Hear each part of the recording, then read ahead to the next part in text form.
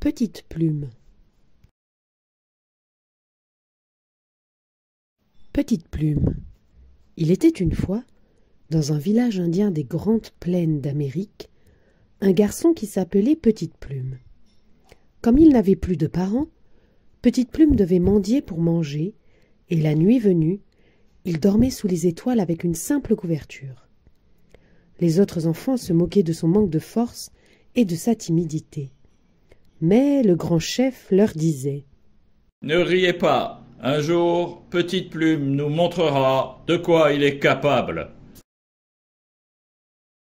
En ce temps-là, les Indiens chassaient les bisons avec un arc et des flèches.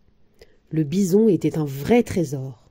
Sa viande permettait de nourrir la tribu et sa peau servait à fabriquer des tentes, des couvertures et même des habits. Pour trouver de nouveaux bisons, les Indiens se déplaçaient d'une prairie à une autre, et c'étaient des chiens qui les transportaient sur des sortes de traîneaux. Un jour, depuis le camp, les villageois entendirent au loin arriver les bisons.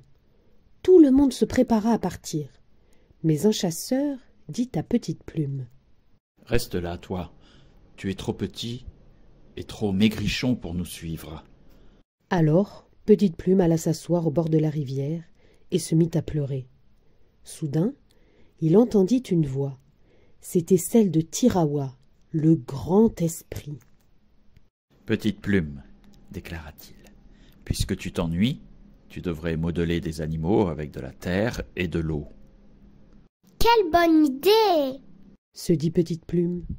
Et il fabriqua un chien.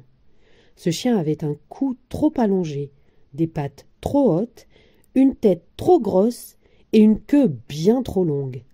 Petite Plume bougonna. « Complètement raté ce chien, je vais en faire un autre. » Mais son deuxième chien ressemblait beaucoup au premier. Petite Plume se dit « Vraiment, je suis bon à rien. » Le cœur lourd, il s'endormit. Dans son sommeil, Petite Plume entendit de nouveau la voix de Tirawa, le grand esprit.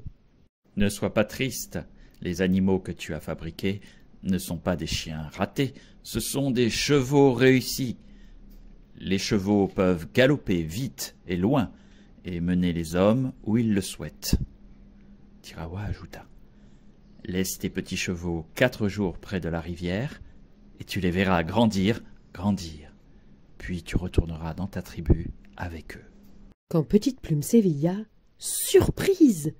Ces animaux de terre, petits comme des jouets, étaient vivants. Ils se mirent à gambader, à brouter l'herbe de la prairie, à boire l'eau fraîche de la rivière et à se frotter contre Petite Plume. Dès le soir du premier jour, les chevaux avaient déjà grandi. Le deuxième jour, ils étaient aussi hauts que Petite Plume. Le troisième jour, le jeune Indien ne résista pas à l'envie de sauter sur leur dos pour galoper à travers la prairie. Plus vite, plus vite !» Ravi, il retourna au village sans attendre la fin des 4 jours. Il avait tellement hâte de montrer ces merveilleux animaux à sa tribu. Quand il arriva, tout le monde fut étonné et même un peu inquiet. « Qu'est-ce que tu nous ramènes là, Petite Plume ?»« Ce sont des chevaux. » répondit le petit Indien. « Ils sont rapides et ils peuvent nous emmener très loin. » C'est alors que la voix de Tirawa, le grand esprit, résonna dans sa tête. « Petit impatient, je t'avais demandé d'attendre 4 jours entiers pour que les chevaux puissent grandir. Bon, ajouta-t-il, au moins ces chevaux-là se faufileront partout et ils seront parfaits pour la chasse. » Et comme s'il avait tout entendu, le grand chef de la tribu dit « Ces chevaux seront parfaits pour la chasse. Bravo, Petite Plume !» Très vite, les 2 chevaux de Petite Plume, un mâle et une femelle, donnèrent naissance à de beaux poulains. Bientôt, un troupeau se forma. Petite Plume devint un valeureux chasseur de bisons, le meilleur de tous. Et beaucoup plus tard, Quand le chef de la tribu mourut, les Indiens furent tous d'accord. Pour le remplacer, ils choisirent Petite Plume. Fin.